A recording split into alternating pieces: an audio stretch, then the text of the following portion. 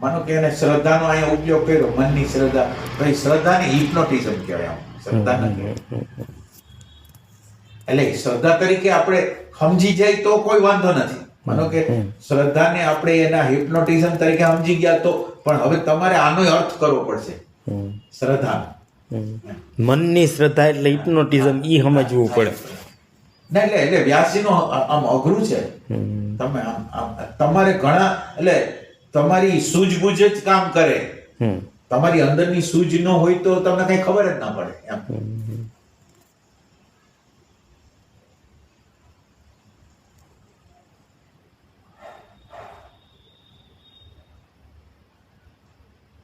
એટલે વ્યાસજીને તો કોઈ સમજ્યું જ નથી. હું તો સાચું કહું ને, સમજાય જ નથી એમ. એટલે આમ બધું સારું લાગે, આમ તમે આમ જોવો તો બધી વસ્તુ બોલે એ બધી સારી લાગે. પ્રેક્ટિકલ ક્યાં કરવું ને હવે આનો અર્થ કેવી રીતે નીકાળવો એમ. ઇમોશન આરે તમે તો ન હો કે તમે સેકન્ડ ડાયમેન્શન, એટલે પેલું ડાયમેન્શન વિચારનું ડાયમેન્શન, ને પછી છે ઇમોશનનું ડાયમેન્શન, અને પછી ઇમેજનું ડાયમેન્શન છે. એટલે તમે જોઈ શકો એના ક્રમ છે. તો પેલું વિચારને જોઈ શકો, બીજું ઇમોશન એટલે ગમાણને જોઈ શકો, અને થર્ડ છે, થર્ડ આ બેમાંથી, આ બે હતા ને એની અંદર જે બારૂદ જેવું હતું ને એ નીકળી ગયું. હવે જ્યારે તમે ઇમેજને જોશો તો ઇમેજની અંદર કોઈ બળ નથી, બધી બારૂદ બધો નીકળી ગયો. જે આપણે એને વેલ્યુ આપી હતી ને નેગેટિવિટીને ને આગ્રહને ને માન્યતાને બધી અંદરથી ખેંચાઈ ગયું. એટલે બારૂદ વગરનો વિચાર છે ને, એટલે જેમાં કંઈ છે નહીં. હવે એમાં ઇન્ટેલેક્ટ નથી ભળેલું, શબ્દને વિચારી નથી, અને પ્લસ એની અંદર ભાવે નથી. અને હવે જે વિચારનું આખું માળખું છે ને, એટલે ખોખલું માળખું, એમાં કઈ દારૂગોળો જ નથી. અને એટલે તમે જેવો એવા સમજી જાઓ કે આમાં તો કઈ હતું જ નહીં. એ ટાઈપની આ વસ્તુ છે, આ ધર્મ જે છે ને.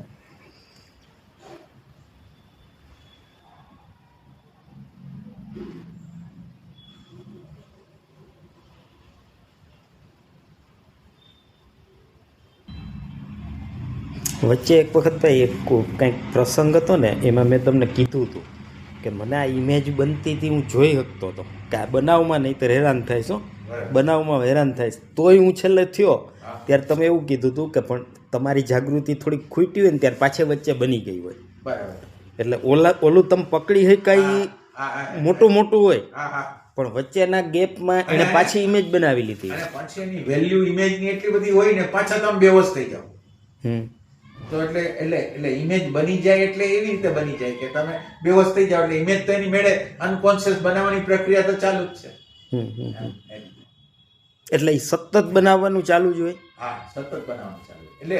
એટલે જેવું તમે મારા માટે કંઈ કર્યું ને, એટલે હવે એનું એકાઉન્ટ બની ગયું. હા, એટલે જ્યારે જમા ઉધાર થવા આપણે ઝઘડો થશે ને ત્યારે તમે એમ કીધું આટલું હું કરતો હતો. હવે એ તો લખાઈ ગયું છે. હવે બહાર ક્યારે નીકળે છે એ ખબર નથી. એટલે ઈ એની મેળે યંત્ર જ બનાવી નાખે, એમાં આપણો હિસ્સો નથી. એટલે ઈ જાગૃતિ આવે તો ઈ બનાવે ઈ પેલા આપણને ખ્યાલ આવી જાય. એટલે આપણે બનાવી જ નહીં. એટલે ફેક્ટ હશે એ જોશું. અગાઉથી હું ધારણા શું કામ કરું છું? માનો કે ત્યાં જાશું ને જે ફેક્ટ હશે એ જોશું. એટલે ખરેખર ફેક્ટ નથી હોતી. મોટા ભાગની ઘટનામાં ફેક્ટ નથી હોતી, એવી જ કલ્પનાઓ આપણે કરેલી હોય છે. અને લગભગ 80% અંદર આપણે 85% અંદર આપણે ખોટા હોય છે ઇમેજ બનાવવામાં. આને મળવા જશું તો આવી રીતે વરત છે, માનો કે આમ એમ ધાર્યું હોય, અને કેટલી વાર આપણને એવું લાગે કે આપણે જે ધાર્યું છે એના કરતા તો ઉલટું જ બને છે. ક્યારેક પોઝિટિવ ધાર્યું હોય તો નેગેટિવ ધાર્યું હોય તો પોઝિટિવ, એ ટાઈપનું હાલતું હોય. એટલે આપણા અંદાજો ખોટા પડે છે, અને આપણા અંદાજો ખોટા પડે છે એને એના કેટલા ટકામાં ખોટા પડે છે એ આપણને ખબર નથી. એટલે ઈ ખબર પડતી થાય તો આ ઇમેજ ખોટી બનાવીએ છીએ એ આપણને થોડુંક રિયલાઇઝ થાય. ઇમેજ છે ને દુઃખ પેદા કરે છે, એ તમને જેટલો વહેલા અર્થમાં સમજાય ને સારી વાત. ઇમેજ ન બનાવી હોય તો તમને કાંઈ દુઃખ નહીં થાય. તમે ઇમેજ અગાઉથી કાંઈ નહીં બનાવી હોય, કોઈને મળવા જાઓ છો, ક્યાંય જાઓ છો, મજા આવશે એવું તમે રાખ્યું હોય, માનો કે ફરવા ગયા હોય મજા ગયા, અને એની અંદર કોઈને કોઈ પ્રોબ્લેમ આવ્યા તો તમને પાછું ઇમેજ તમે આ બનાવી દે, આ ઇમેજ આ બની ગઈ. અને તમે તમે કઈ ઇમેજ ન બનાવી હોય તો કોઈ પ્રોબ્લેમ ન આવે. એટલે ભાઈ ધારો કે ફરવા જાય છે એ તો મજા કરવા જ જાય છે, હવે ઇમેજ તો ઓટોમેટિક બની જ ગઈ. હા, એ તો બની જ ગયેલી છે. એટલે સજાગ તમારે કેટલું રહેવું પડે કે બને કે કુદરત તો કઈ ને કઈ કરે. આપણે મજા તો બહારના પરિસ્થિતિ ઉપર આધારિત છે. બહારની પરિસ્થિતિ શું હોય કઈ ખબર ન હોય એમ. હવે ઈ તમે બહારની પરિસ્થિતિઓને તમે એમ તમારા કંટ્રોલમાં માનીને તમે જ્યારે કરો ત્યારે આપણને પ્રોબ્લેમ થાય છે. અને હંમેશા બહારની જે પરિસ્થિતિ છે એ વૈશ્વિક ઇન્ટેલિજન્સ છે.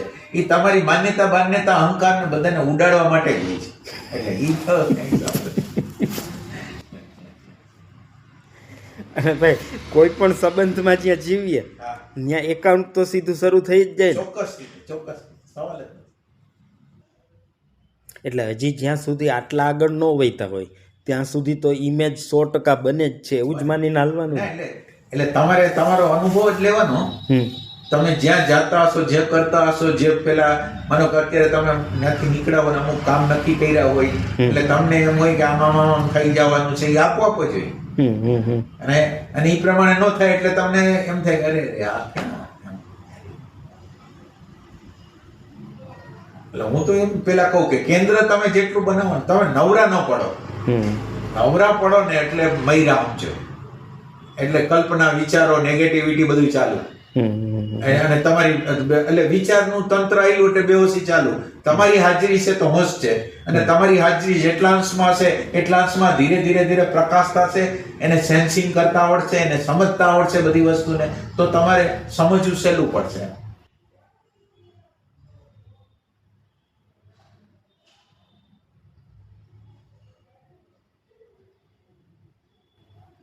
અત્યારે વિચારને જોઈશી, ભાવને જોઈશી, ઇમેજને જોઈશી, બધા જુદી જુદી વસ્તુ જોઈશી. આપણે જવાનું છે આ વિચાર જે દેખાય છે ને એ વિચારનું મૂળિયું જે જગ્યાએ છે એ જગ્યાએ જવાનું છે.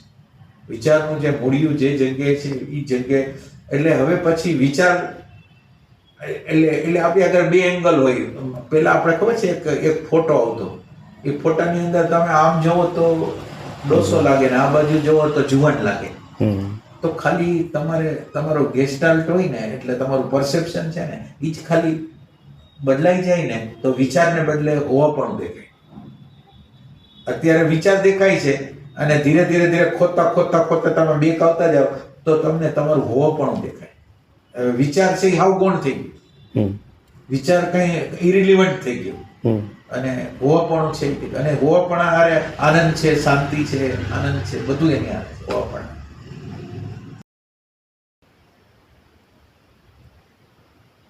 મને તો એમ કીધું કે મને તારા ઉપર ગુસ્સો આવ્યો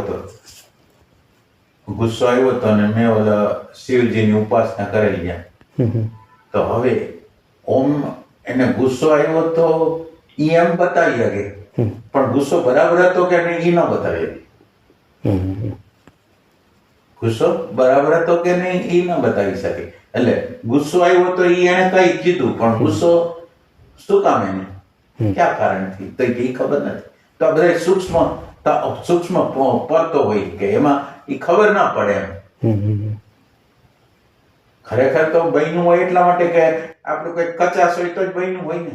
તો બનવાની જે પ્રક્રિયા છે એમાં જ્યારે આપણે આપણા ઉપર નજર કરી ત્યારે ખબર પડે કે સૂક્ષ્મ પર નીકળે કે ભાઈ આપણા અંદર જે થોડુંક આક્રમણ હતું, આપણી અંદર થોડુંક ગરમી હતી, થોડોક આક્રોશ હતો, તો એ ધીરે ધીરે આપણે સમાવવો જોઈએ. તો આપણને એમ લાગે કે આ કામ કરાય, પણ એ ત્યારે આપણને એના નિમિત્તે ખબર પડે કે આપણે આ કામ કરવાનું છે.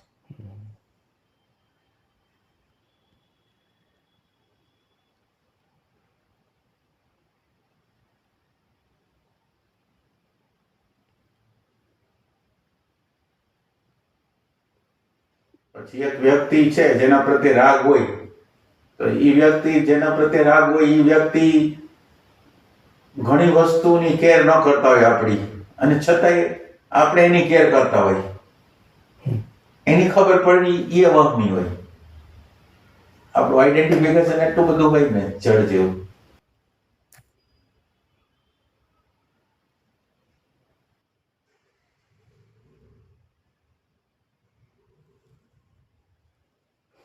તો ભાઈ કોકનામાં કોક જગ્યાએ બહુ આઈડેન્ટિફિકેશન હોય, કોકનામાં બીજી જગ્યાએ હા, હોય, એમ જ હોય. તો એવું કેમ થવાનું કારણ? વૈશ્વિક મન તો એક જ નથી. એક ખરું પણ વેલ્યુ અલગ અલગ આપી હોય ને, વેલ્યુ આપી હોય, વેલ્યુ આપવાનો પ્રકાર અલગ અલગ હોય. એમ. એક વ્યક્તિની અંદર તમે એક જ વ્યક્તિ હોય તો એક વ્યક્તિની અંદર તમે કેટલી વેલ્યુ આપો અને બીજી વ્યક્તિ કેટલી વેલ્યુ આપે. એક જ વ્યક્તિ હોય જુદી જુદી તો જુદી જુદી વેલ્યુ. એટલે વેલ્યુ તો તમે તમારા ગમા પ્રમાણે આપી શકો એમ.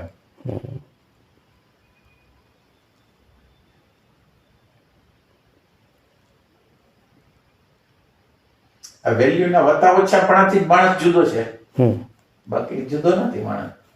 રાગ દ્વેષ ભય ઘૃણા બધું છે, પણ હવે તમારી અંદર અત્યારે ઇમેજ કામ કરે છે, ઈગો કામ કરે છે, શું કામ કરે છે તમે એના ઉપરનો આધાર. ઇમેજ કામ કરતી હોય તો અમુક વસ્તુ જતી કરે, ઈગો જો કામ કરતો હોય તો એ કઈ જતું ન કરે. ઈ ટાઈપની વસ્તુ. બહુ ઈગો હોય તો કઈ જતું ન કરે એમ. પછી હું મારા સૂક્ષ્મ અનુભવની વાત કરતો હોઉં, મારા કોઈ અનુભવ હોય એની હું વાત કરતો હોઉં, તો એ મારો સૂક્ષ્મ અનુભવ મારા માથા ઉપર ચડી ગયો છે કે શું છે, તો એ પરફેક્ટ ખુલે તો. એટલે ઘણા લોકો એમાં ફસાઈ ગયા હોય, અનુભવમાં ફસાઈ ગયા હોય. મને આવા અનુભવ, એના દ્વારા સુપિરિયરિટી કોમ્પ્લેક્સ હોય. આપણે કોઈ પ્રકારની સ્પેશિયાલિટી વાળા છીએ એવું જો થાય તો એ એક ઈગોનો પ્રકાર છે.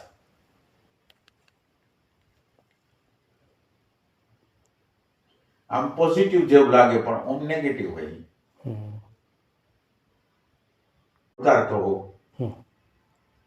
તો હવે આ વાતાવરણ ઉતારવા માટે મારા અંદરનો કોઝ ક્યુ છે, બીજાને પ્રભાવ કરવાનો છે, બીજાનું કલ્યાણ કરવાનો છે, તો એની વચ્ચે ડિફરન્સ કરવો પડે. એટલે હવે દાખલા તરીકે હું અહીંયા વાતાવરણ ઉતારું એટલે બધા કેવો બહુ સરસ સરસ આમ સૂક્ષ્મ રીતે કહે, તો એ લેવા માટે કરું છું, તો એ ખબર પડી જાય કે શેના માટે હું કરું છું.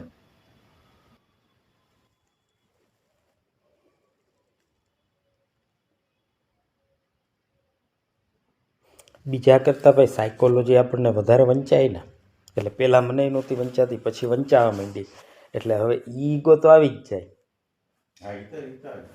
કે ભાઈ તમને નથી ખબર પડતી, મને દેખાય છે તો થોડુંક તો સાંભળો. પણ એ આમ નમ્રતા ન રહે પછી. એ કંઈક થોડીક છે ને બુદ્ધિની જાગૃતિ હોય ને એને લીધે થયું હોય આ બધી. બુદ્ધિની જાગૃતિ જે આપણી હોય ને, બુદ્ધિની જાગૃતિ ઘણી સારી વસ્તુ હોય. દર્શનની ભૂમિકામાં જેમ જેમ આવતો ને એમ પછી માઇલ્ડનેસ આવતી જાય પછી. પણ હા ભાઈ 5મા 7મા 8મા ધોરણની આજુબાજુનું મને હજી યાદ છે કે મને એટલી રમતો વચ્ચે, એટલા છોકરાઓ વચ્ચે આમ એમ રહેતું કે આ કંઈક હજી અધૂરું છે, આ કંઈક હજી અધૂરું છે. એટલે એ કંઈક એક પકડવાની તાકાત. હા, એટલી રમત વચ્ચે, એટલા છોકરાઓ વચ્ચે, મમ્મી ન હોય, બધાને ભેગા કર્યા હોય, એને અંતે મને એ થતું હોય. પછી વચ્ચે કોરોના વખતે હું આને ઉતારી પાડતો, એ મને દેખાણું. પછી એ પાછું આમ હાવી થવાની મહેનત કરે, રોકાઈ જાય, ખબર પડે એટલે કેટલીક વખત બહાર નીકળી જાય, એમ કરતાં કરતાં એ હાવ ગયું. પછી હવે હું એને કાંઈ પણ કહેવું હોય તો હું એક બાજુ ઓલું બધાની વચ્ચે એને મને નીચી જ દેખાડવી હોય, મને સમજાઈ જાય. અને હવે હું કહું તો એ અલગથી બધાની સામે ન કહું કે બીજાને. જાગૃતિ તમારી અંદર આવી ગઈ. એટલે એમ આમ કંઈક એક નાનું સ્ટેપ તો ઓટોમેટિક ભરાતું ગયું. એમ આપણે એની માટેની સ્પેશિયલ મહેનત મને ન દેખાય. ના એટલે ઓમ તમે બૌદ્ધિક જાગૃતિ એટલે ઓમ પ્રેઝન્ટ મોમેન્ટ જ. બુદ્ધિ કઈ જાગૃત ન થઈ હતી, પણ તમારી પ્રેઝન્ટ છે એ બુદ્ધિની અંદર દાખલ થઈ જાય એટલે બુદ્ધિને વ્યવહારની જે કચાસો છે ને એને ખબર પડતી જાય, એ વ્યવહારની કચાસોને દૂર કરતું જાય, એ રીતે ફેરફારો થાય. પછી અમુક લેવલે છે ને અવેરનેસની જરૂર પડે. પછી વ્યવહારના પછી સાયકોલોજીકલ સ્તર ઉપર અવેરનેસની જરૂર પડે.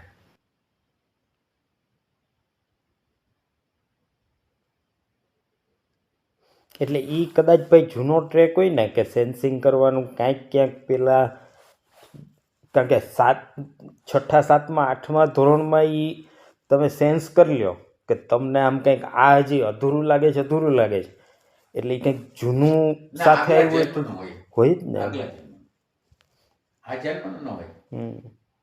કારણ કે બાકી તો મને ઘરમાં ક્યાંય દેખાતું નથી કે કોઈ અવેરનેસ બાબતે અમને. નહીંતર ધારો કે મમ્મીએ એકાદ વખત તો એમ કહેવું જોઈએ ને કે ભાઈ આ કામ મૂકો પડતું ક્યારેક તો.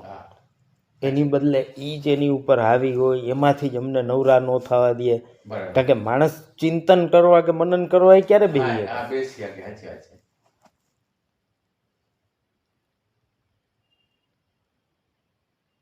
એટલે તમારા બેન હતા ઈ રિએક્શન કરતા તો તમે કેમ ન કરતા એમ ઈ ખબર છે ને ભાઈ. મને એટલું નાનપણનું યાદ છે કે હું બીજા ત્રીજા ધોરણમાં આવીશ ને ત્યારે મમ્મીને કાંઈ ન કરવું પડે ને, હેરાન ન થવું પડે ને, એટલા માટે તો હું આમ કરી લઉં, હું આ કામ કરી લઉં, હું કમાઈ આવું ક્યાંકથી કે એને આ બધી એટલું બધું મારામાં એ હાવ નાનપણનું મને યાદ છે.